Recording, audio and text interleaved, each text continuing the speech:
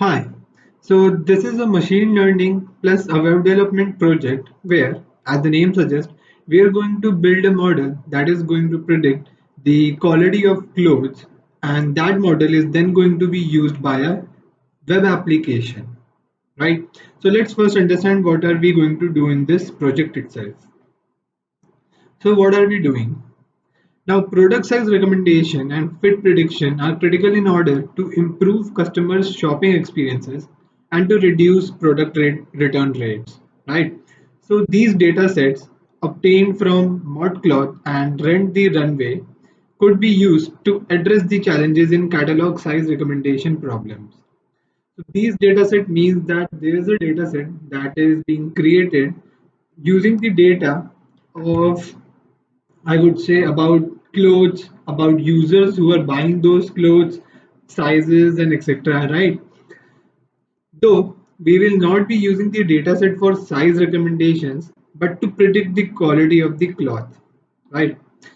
The reason being, from this perspective, we get to see that sometimes even hyperparameter tuning might not increase the predictive power of the model.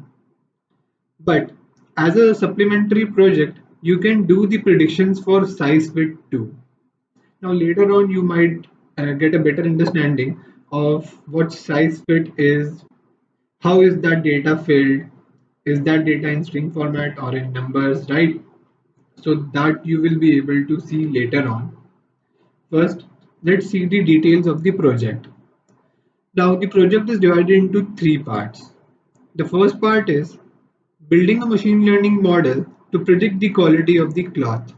Now the range for quality is from 1 to 5, and 5 being the highest or like the best quality. Next, we build a web application on Django to mount the prediction model. And last, we deploy the Django project on Heroku through GitHub. So the first part, that is the machine learning model. So we start off with building a machine learning model. We use a random forest classifier model and train that model using clothes dataset. There's abundant information in the dataset, like the size of the cloth or the size of the shoe, right? The size of the person buying, size means like waist size and all, height, and fitting information about the cloth itself also. In this particular project, as a dataset, in this particular project, like the project has a dataset that is not well prepared. So for that, we will have to thoroughly clean the data first. Now later on in the project, you will be able to see that the data has a lot of nan values or null values. So we will have to either impede them or impute them or directly remove them, and then we can go forward. So this is the second part of the project where we will build the web application using the framework Django. We will mount the model we built in the previous part on the Django project here. So this will be the last part, that is where we are going to deploy the Django application on Heroku using the connections to GitHub. Now let's move forward and start off with the first part, that is building the machine learning model. Hi, so this is a machine learning project where we will be building a model for prediction of the quality of cloth. So let's move forward and see what the first block entails. So the first block here is to mount the drive folder onto this collab notebook, meaning now we can access the files stored in our drive folders from this collab notebook. And even here you can see that the path for the directory is present here, that states content, and inside the content directory we have the drive directory, which stores all of my important files or the dataset itself. So next, as you can see, the next block is telling us about importing necessary libraries. Now, these are necessary libraries, but this is not the complete list of all the libraries that I'm going to use in this project. These libraries are only for data manipulation, data handling, or data visualization. Right. So the first library is NumPy. It is a library consisting of multi-dimensional array objects and a collection of routines for processing those libraries or those arrays. Sorry. Using NumPy, mathematical and logical operations on arrays can be performed easily and efficiently. Now we are using references where NumPy is actually now denoted by NP. Next you can see is the pandas library. It is a library for data manipulation and analysis. In particular, it offers data structures and operations for manipulating numerical tables and time series. Right. So as you can see, the last two libraries are the Seaborn library and the Matplotlib library. Both of these libraries are used for mainly data visualization, like building graphs on data and summarizing, inferring from those graphs. Right. So while Seaborn is a library for making statistical graphics in Python, similar to Matplotlib, Seaborn actually helps in exploration of your data by providing you with much more enriched color palette and much more graphs also, right, as compared to Matplotlib. So here you can see that I'm using the read JSON function of the pandas library again because this is actually the JSON file storing all the data, and then you can see that I'm using the the head function on the cloth variable, right? So the head function prints the first 5 data points of your data set, and here you can see that the first 5 data points are printed or showcased. Here you can see the item ID, waist, size, quality, cup size, hips, like the sizes for women actually, and then the categories, and then height, username, length, and here you can see that there are a lot of none values, like shoe sizes has none values, shoe width has so many none values. So this is what I was talking about, that this dataset was not really well prepared and has a lot of null values present inside it. Even here you can see the waist is not given, has null values. That is what I would want to say, right? So as a reminder, we are predicting the quality of the garment or the quality of the cloth and not the size. Here you can see the size. Yeah, the size is what it was actually trying to determine using this data set. And as a supplementary, even you can try to determine this or predict this rather than quality. Next, you can see in quality, we have 1 to 5 ratings, and a lot of ratings are actually 5, and there are very less ratings that are actually 1. So we can say that on this side at least, there are a lot of good cloth that users are buying and also liking, right? So next we are using the shape parameter to understand more about our data set, and it gives you a value of number of rows and number of columns. So we have 82,790 rows and 18 columns, from which one is our target variable or what we are predicting. Next is the isNull and the sum function, right? So isNull is a function that works on each and every data point and sees if there is any null value present inside your data point or not. And the sum function summate, I would say, takes a summation of all the null values that are present. Meaning what happens is that for one column, let's say item ID, isNull is trying to find out how many null values, if a null value is present or not, and sum is trying to summate that how many null values are actually present. So isNull function actually only returns true or false, true when a null value is actually present, and this sum function sums up the number of time true values were returned by the isNull function, and this is happening for each and every row inside the plot dataset, and then each and every column also, right? So you can here see that there is 79,000, like nearly 80,000 null values for waste, and 6,255 for cup size, 6,000, actually 26,726 for hips, yeah, and shoe size, shoe weight, and so on, right? So there are a lot of null values present. Now we don't know the reason for that, but we can say that this dataset is not really great. So what we have to do is either try to fill up the null values or try to remove all the null values, right? So what I'm doing is first removing those columns that have a very large number of null values. And as you can see, I am removing waste. Again, it has like 80,000 null values and our data set consists of 82,000, right? So in that way, waste is not going to give us much information, and the reason why we are removing that. And then item ID again we are removing because this is not really giving out much information about the quality of the cloth exactly, right? So we are also removing that. Right, so after removing that, we're also dropping the columns having large number of null values or nan values, and again not exactly provides much information or can't be processed like review text. Now this is going to be a string text.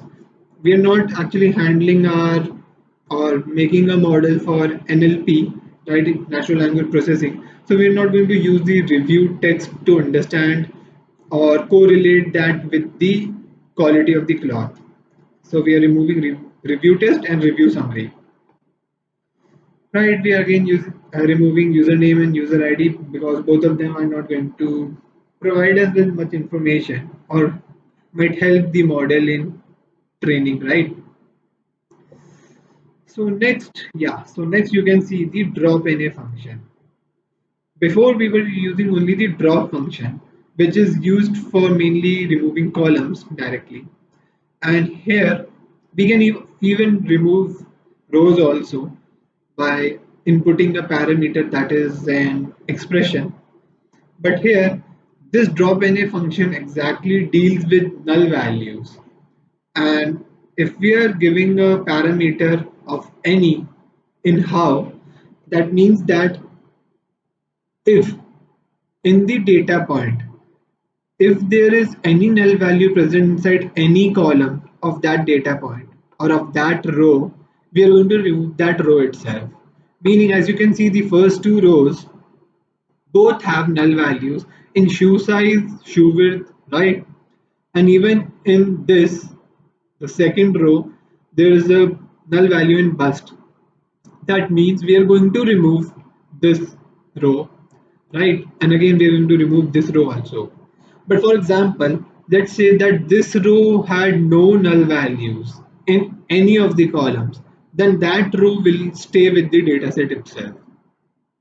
So now you can see that from 82,000 we are down to 7,000, like not even 1/10, right? And again this will have no null values now because we have used the drop NA function. So next what we are trying to do is find categorical data, right? So in the next video I'm going to showcase why categorical data is important and how to convert categorical data into numerical data so that we can actually feed that data into the model. Again, start off with the categorical data type and why they are important. Now, there are many columns and there are very different type of data sets also inside which the set different columns actually have only a set numbers of values and they are reoccurring in them. As you can see here also, for the cup size column, you can see the cup size is C, D, B, DD, that is also E, and triple D again F, and so on, which again you can see that for the cup size C, it has occurred 1600 times inside my data set, right? So this is what I call categorical data, that there are set number of values inside your column, and they are reoccurring different number of times inside that column. So using the value counts function, right? If I use that function on a column, it provides me with a dictionary which stores the unique values inside that data and the number of times they have occurred, right?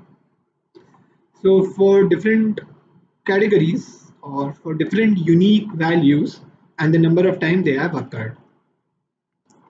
So this is categorical data, and now on to the reason why they are important, because they store information, and if extracted properly, it really helps the model in understanding and generalizing on the data, which again increases the prediction quality or the predictive power of the model itself, right? So this is why handling categorical data is so important. Next category, that is like the like the category and categorical data, right? So again, category has new, tops, bottom, dresses. So from here to here, all of these are the unique values inside this category column and the number of times they have occurred, right? So using value counts, you can easily find out if a column has a unique, or I would say if a column is a categorical data column or not, and if it is, then what are the categories inside that column. Next is the length.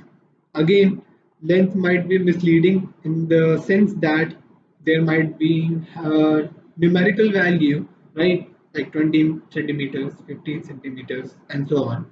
But here you can see that it is actually a string value, again, a categorical data type or data column having 1, 2, 3, 4, 5 categories, each occurring this number of time.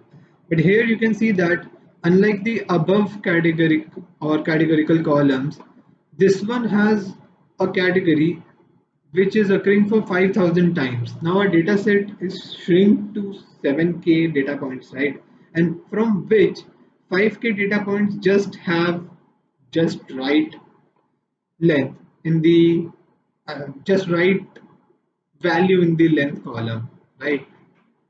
And very short has only 50. Again, 50 values in 7k values is really small number. Next is the fit, which states that if the cloth was fit large or small in respect to the user itself, right? Again, a categorical data column. So here we can see that we are trying to convert the categorical data column or data type, and we are doing that using the label encoder function. Now we are calling the label encoder class, like instantiating it, and then using its fit and transform function.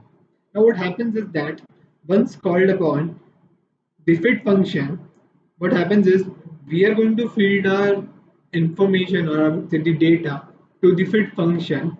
Then it understands that, yeah, so this is the data set, or I would say a part of the data set. So it identifies the categories and how much importance is to be given to each category inside that column, right?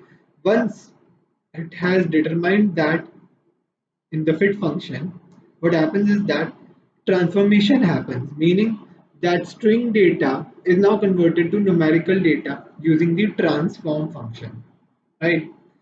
So what I'm doing is building a list of columns that I want to transform from categorical to numerical data, and then using a simple for loop I am transforming the data. As you can see, what happens is that first the cup size column is transformed, and it is going to transform the data like so. As you can see, A, then double A, then B, C. Now this is not exactly in the increasing or decreasing order of the size, but what happens is that label encoder understands that, yeah, A is to be given priority, then A, then B, then C, and then so on. So this is going to be transformed as 0, then 1, 2, 3, right? And then so on.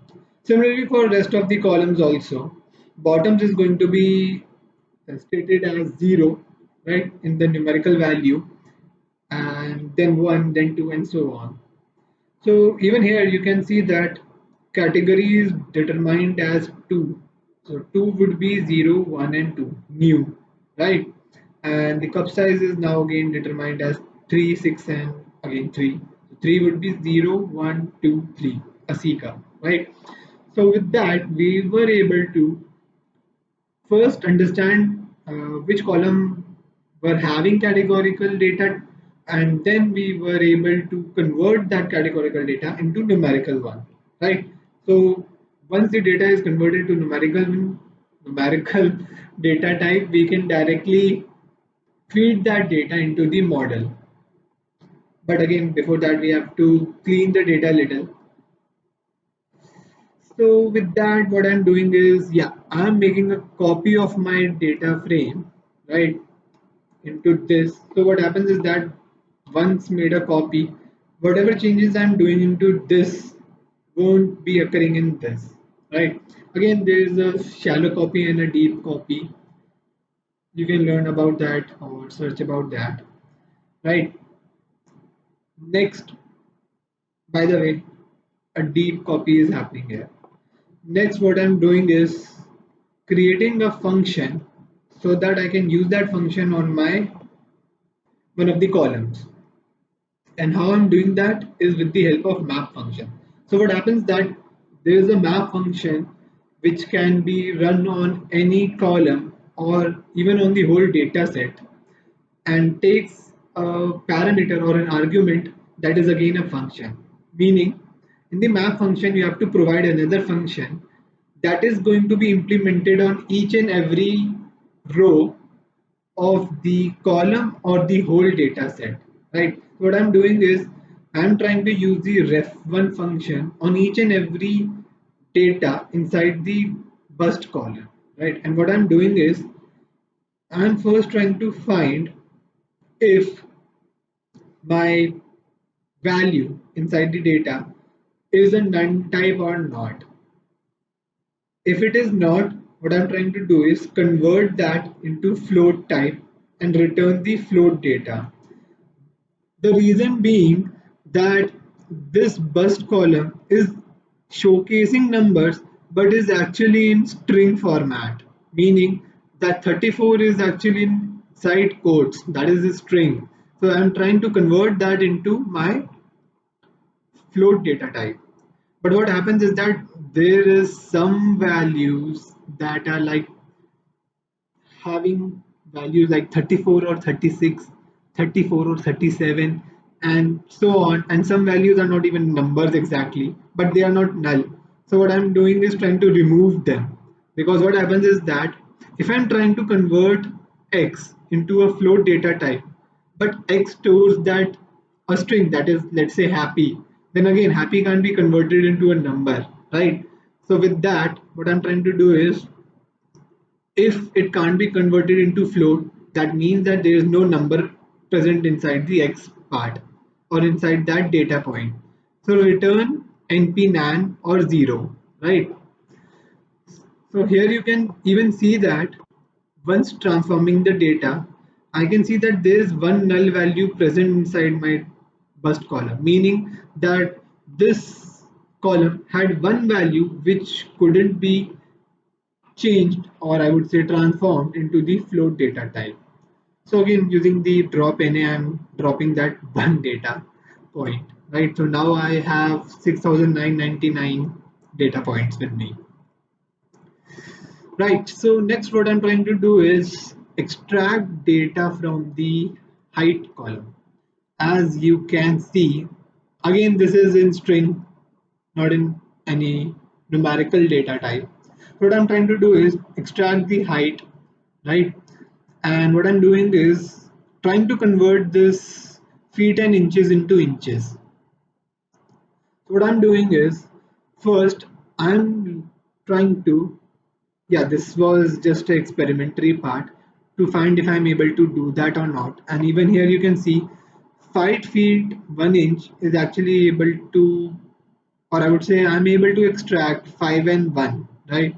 Later on you will understand what I'm going to do with this 5 and 1. But here you can see that I'm importing the array library, again used for regex manipulation. And what I'm trying to do is, now this is a regex expression which is telling that you have to find numbers inside strings, right? As you can see, this string has 5 and 1. So we are trying to extract 5 and 1. So this regex expression is telling that you have to find numbers that I would say that a string can have a number start, or I would say that a number is starting the string, a string is ended with the number, a number is in between the string, right? These three cases can happen. So these three cases are actually handled here, right? And then using the regex expression onto my list, I'm trying to catch, or I would say find all the numbers, and then I'm storing that number in my list and then printing the numbers. So this is now going to happen on a larger scale onto the height column. As you can see, I have taken the height column and stored that into a list using the toList function. Then running the extracting function onto each and every value inside the height list, right? And then storing the result into my updated list, and then storing that list into a new column inside my data set, right? So again, here you can see what is happening is actually that I am converting the feet and inches into inch, right? Here you can see if the length of number is 2, why 2? Because this numbers list is actually storing my this 5 1 that I was able to extract from the string itself, right? So I am storing that those two numbers, right? So if there are two numbers, that means that number 0 or the first number would be the feet number, right? 5 feet 1. So I'm now multiplying with that with 12 and then adding the second number that I get, because again this would be in inches only. But if there's only one number, then the probability is that there's going to be a 5 feet only, no inches, like no value for inches. So again, only multiplying that with 12. And if there is no, if the number is actually an empty list, that means that there was no value inside my height column, which tells me that there was null value. So I'm just returning a null value, right? Now for, yeah, using a for function on the height list, not exactly a function, but on a height list, using extract size on the height, I was able to extract information and then convert that into inches and then return back, or I would say store that value into my updated column. Lastly, I've just created a new column through the updated list.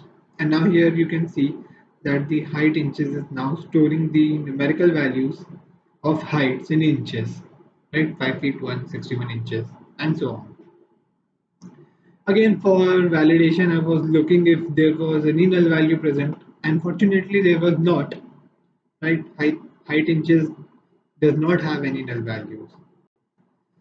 Next is box plot, right? So box plot is exactly like here. What happens is that boxplot tries to find outliers in your data. Actually, boxplot is used for finding outliers in your data.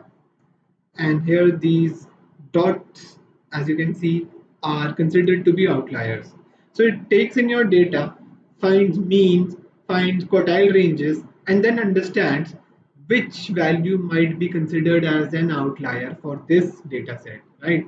So for my size column, you can see that values above 30, actually values above 27, 28, which is represented by this line, is considered to be outlier, or values below 0 or this line, right, represented by this line, is considered to be outlier. So in this data set, the column size is actually having some outliers, which again should be removed unless we are actually building a model to predict outliers or doing outlier analysis. We should remove these outliers.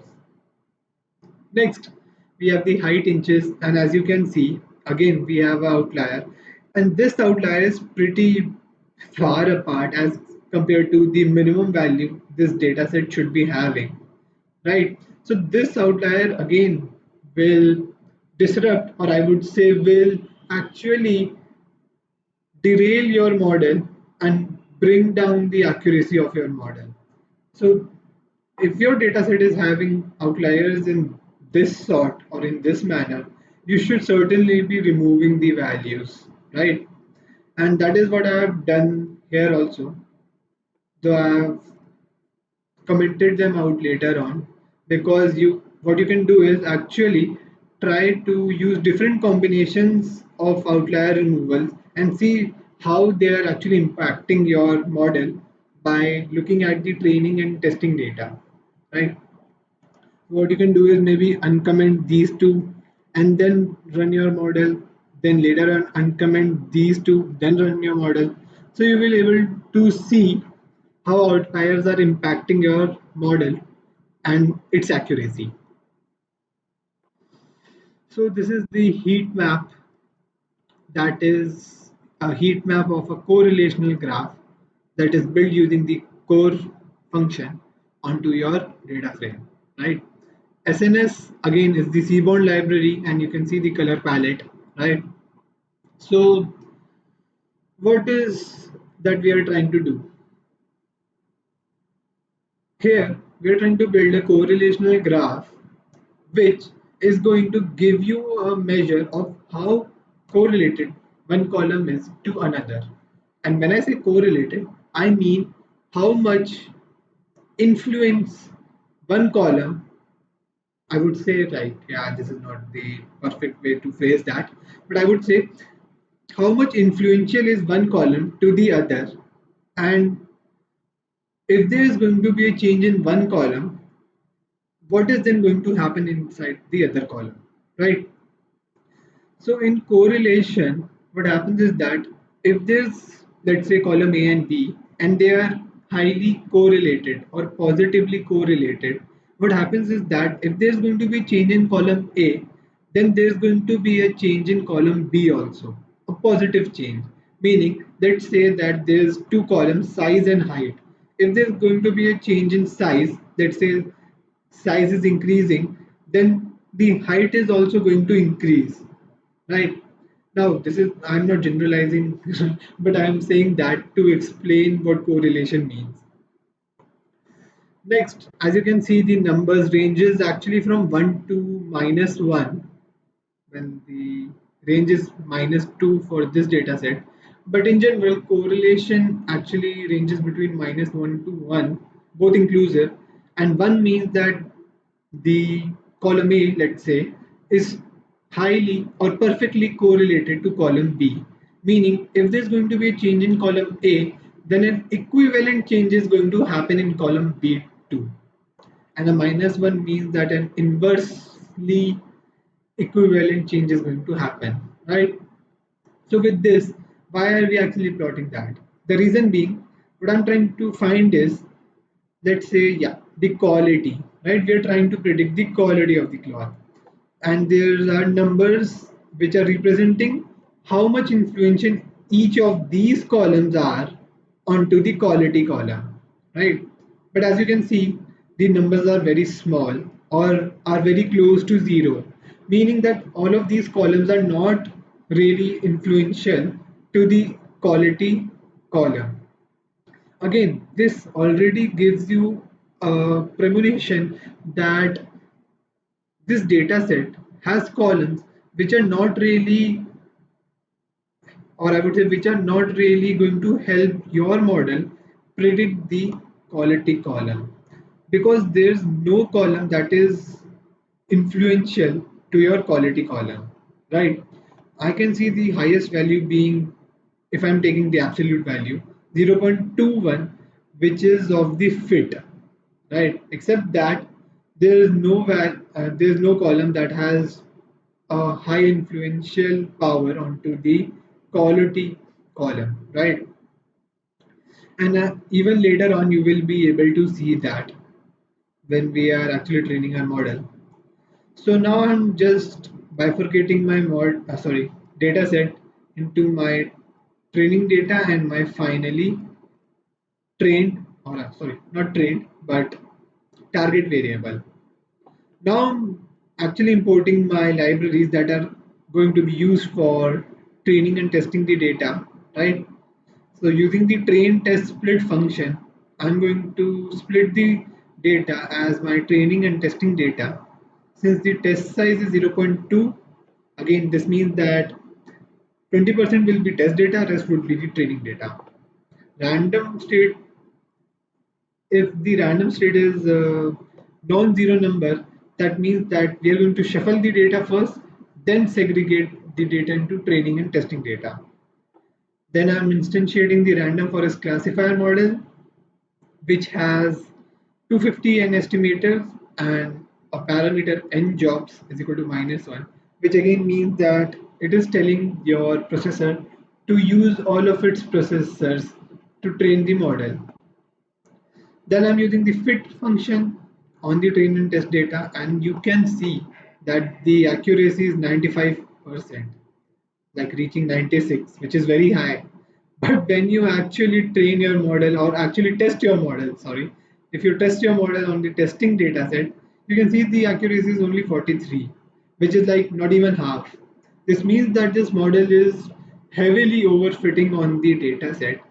And to maybe fix that, you can maybe uncomplex your model, right? Use less estimators or try to hyperparameter tune your model, right? But again, the main reason why we are having a low testing data, like, can be actually blamed on, right?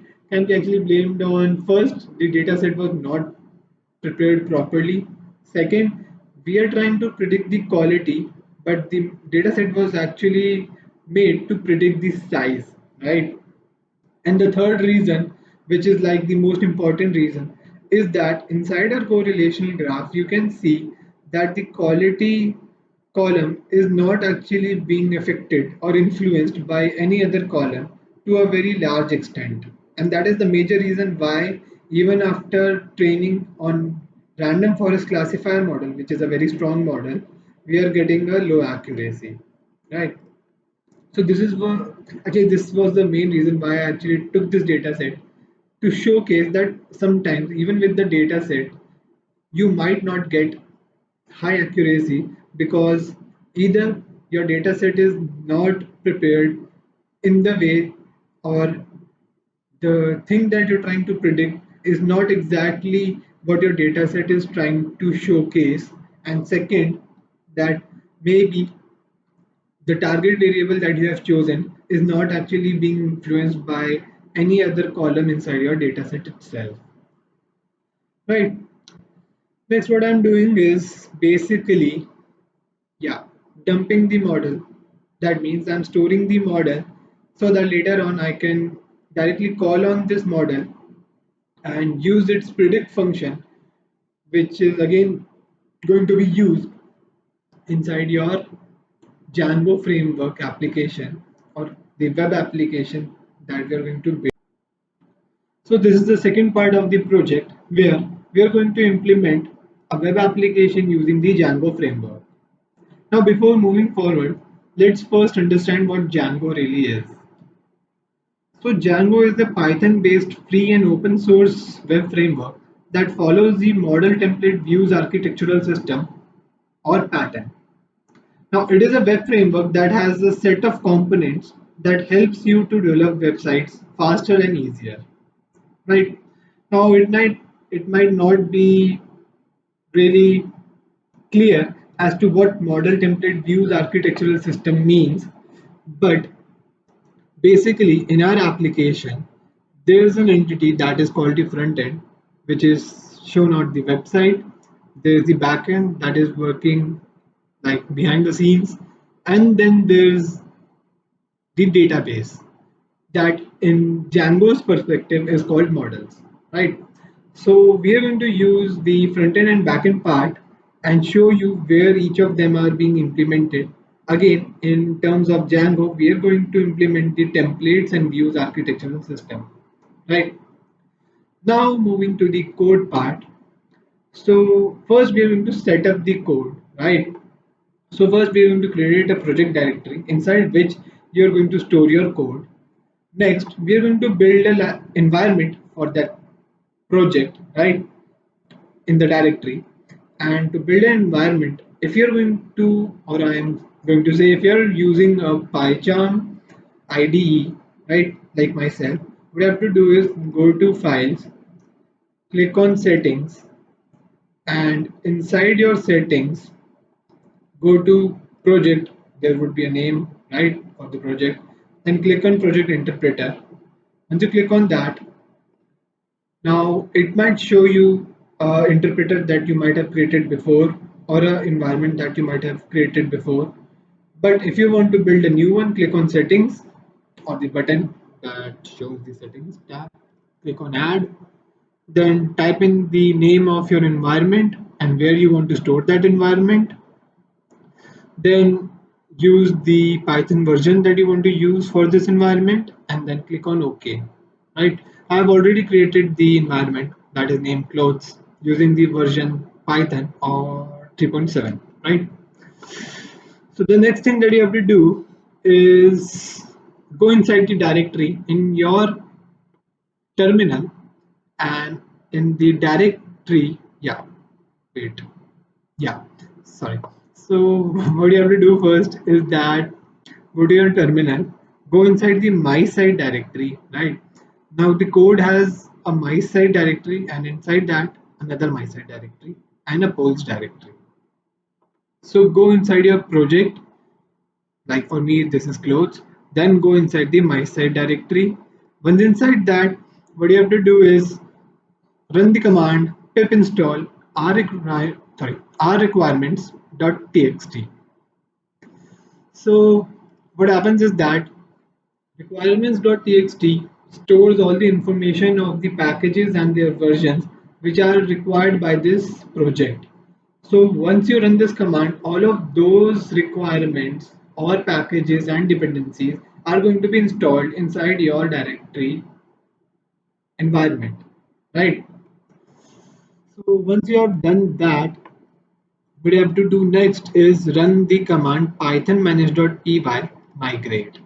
Now this is a command that is specific to Django, and this command is run to instantiate tables that you have created or Django wants to create so that you can run the project smoothly.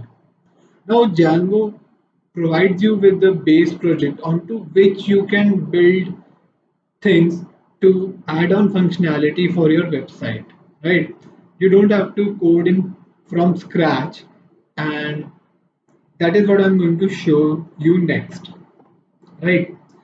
So first go to the settings.py file that is inside this my site directory here, right? And here you can see a lot of settings that are being showcased here. And the first thing that I would like you to see is the installed app. Now, what happens is that you have a base project, then onto which you create new apps which brings functionality onto your websites, right? So the project has a project folder and a lot of apps, and inside project folder you have the settings file which handles how this website is going to work, and then there's a, I would say there is apps, or there are apps which add on to the website to bring functionality on your website, right?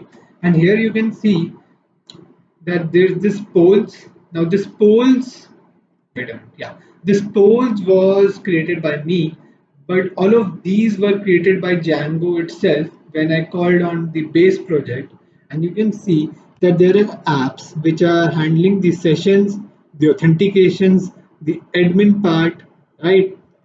So all of these are already pre-built. You don't have to build from scratch and you can directly use them. Next are the middlewares. Again, these middlewares are pre-built and are handling your security middleware, like security, handling your security, handling your CSRF tokens, right? So all of these which are important are already being pre-built and given to you. Again, one reason why Django is very good for beginners in web development. Next, you can see that there is a column or there is a variable that is handling databases. You can connect your MySQL, PostgreSQL, or SQLite 3 databases to your project, right? So you can even handle your data, retrieve or store your data with the application itself. Last is the static files, right? Static files are CSS, JavaScript, and images. So what happens is that when deployed on the, I would say on the server, all of the static files are actually stored in one place. And to actually give information to the server that in which file these static files are to be stored, we set up the static URL and the static root variables. So static URL tells the server that onto this path you will be able to find the static files, and the static root determines that which directory would store the static files, right? So this is something which is not really beginner level stuff, but for more understanding, you can go to the docs and understand what static files really are and why there is a requirement of storing them in static files directly, separately, right? So with this, I'm going to move on to the polls, that is our app. And in the app, there are two things to see. First is the templates, that is my HTML file or the front end part, right? This HTML file. And as you can see, this HTML file is storing or showcasing a form, which is something that I'm asking the user to fill. And once this form is being filled, there is a submit button at last, right? This button. So once the user clicks on this button, all of that information is going to be stored into the backend first, right? So what happens is that this form is filled, the submit button is clicked, and all of that information then goes to the backend, which is the views.py, right? Views.py file inside my polls directory, right here. So as you can see, I'm storing all of that. Yeah, I'm storing all of that data into the variables here inside my index function. So what is happening is that I have created a function inside my views.py file, and that function is storing the values that I get from my form inside these variables. Then I'm using these variables to create a data frame. Then this data frame is loaded into my model that I stored in the last part, right? I'm calling that model, then using the predict function of that model to predict on the data of this data frame, right? Once I get the result, I send that result back to my front end using the context or simply response. So as you can see, this function has a render function as a return value.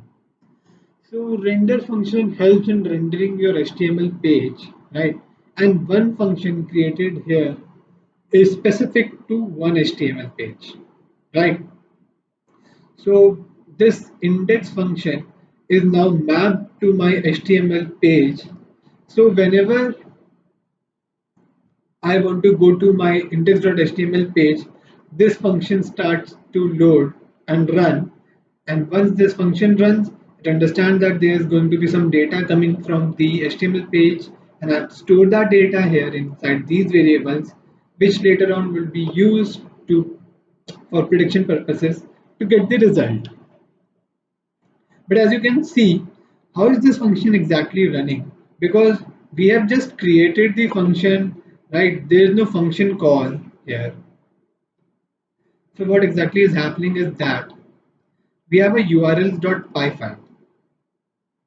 So what happens is that this index function call happens only when a user is going onto the set path. Now this is a little complex to understand, but what exactly happens is that there is a path defined, a URL path onto which if a user goes, then this function there's an automatic call for this index function. Then this function understands that I have to render the HTML page, right? So what happens is that let's say that we have a URL www.google.com. So once we go onto that path, this function index underscore func automatically runs. When this runs, it understands that I have to render the HTML page. So this function renders the HTML page, and then onto your screen you are able to see the HTML page. So this is exactly how it is working. And once the page is rendered, you fill up the form, you click on submit, all of that data comes again back to the backend. We get the prediction done, we get the result, and that result is again sent back to the front end. So let's see that how this is happening exactly. Right. So this is another command that is specific to Django, Python manage.py run server. So once you call this function, I would say once you run this command, the run server command, a local server starts to run onto your local machine, and it is providing you with a local host URL. Click on this URL and you can see,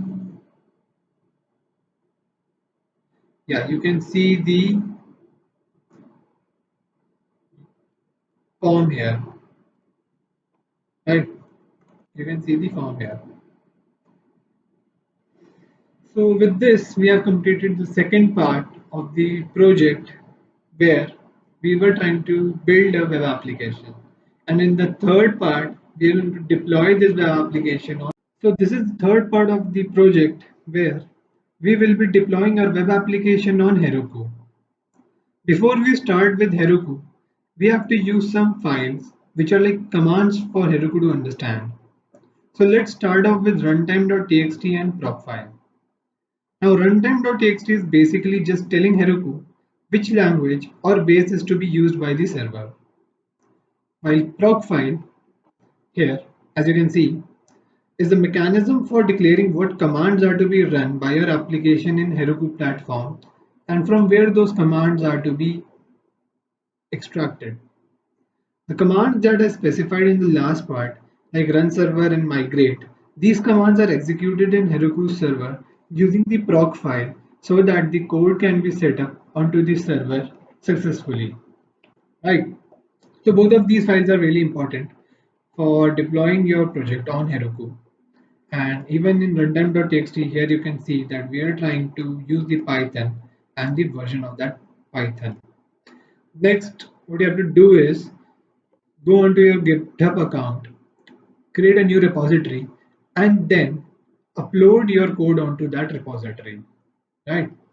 You can see here what I have done is created the repository named clothes, and here that repository now stores my code, and the code should be uploaded in the same exact order, meaning that your my site polls directory should be here with the flow and proc file and all of the other files.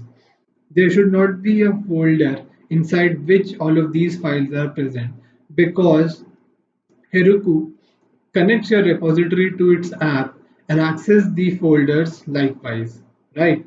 So what happens is that if there's mismatch of folders, then your server onto your Heroku account won't be able to understand if the code is really present or not and will create problems later on, right? So once you have done this, right, once you have uploaded your code onto your repository, go to your Heroku account and yeah, log in into your Heroku account. If you haven't created a Heroku account, just click on sign up and create your account. It asks for some basic details, right? Your affiliations to any organization, if there is any, and basic details like your name and email ID, phone number, right? So once you have logged in into your account, you will be redirected to your personal dashboard from where you can click on new button here and click on create new app. Just type in the app name, choose a region. There's only two regions here. Then click on create app. Since I've already created an app, you can see that once created, your app will be showcased in your dashboard. And this was the app that I created. Right. So next you can see that the first thing that you will do is go to your settings. Inside settings, scroll down to build packs. Right. In build packs, click on add build pack. Click on Python. Then click on save changes. Once you do that, a Heroku Python build pack will be set for this account. Not exactly account, but for this app in this account. Right. So let's go on deploy. And now in deploy, you can see that there are three methods: Heroku Git, GitHub, and container registry. Click on the GitHub connect, right? This is the method that we are going to use. So click on this and then it will ask you to log in into your GitHub account using your credentials. So log in. Once you do that, your GitHub account is now connected to your Heroku account. The next thing that you have to do is search in the repository that you want to use. Since mine was clothes, so I searched clothes and then there was a connect button here. Click on connect button. So once connected, then your repository is connected to your app, right? And here you can see that connected to my username, my repository by my username, right? So this is where my repository is and this is my username, so it is now connecting my repository with this app. Lastly, scroll down to manual deploys. Now in manual deploys, choose the branch. Since I'm going to use the master branch because that is the branch that holds the code, so I'm going to choose the master branch, then click on deploy. Now once click on deploy, it is going to take some time because now your code is first being accessed from your GitHub account, then the code is getting set up onto your server so that later on you can use the server directly to host the website. As you can see, it has detected the Python app from the build pack. From the runtime.txt, it is now extracting which Python version is to be used. Later on, from my requirement.txt, it is installing all the requirements or the packages which is required by the project. Then it is running a command that is python manager.py collect static, which is amalgamating all the static files from all over the places to just one place. I would say accumulating all the static files from all the places to one place, that is my static files directory, right? So this is actually run with the help of our proc file. And lastly, when all of that is done, it compresses some of the files and releases or launches your server. So once the code is set up and the server is running, it is going to give you a views button here. Click on this and it would redirect you to your website. Now you can just click on the name and yeah, well, I don't wear a bra, but sure. Anyways, okay.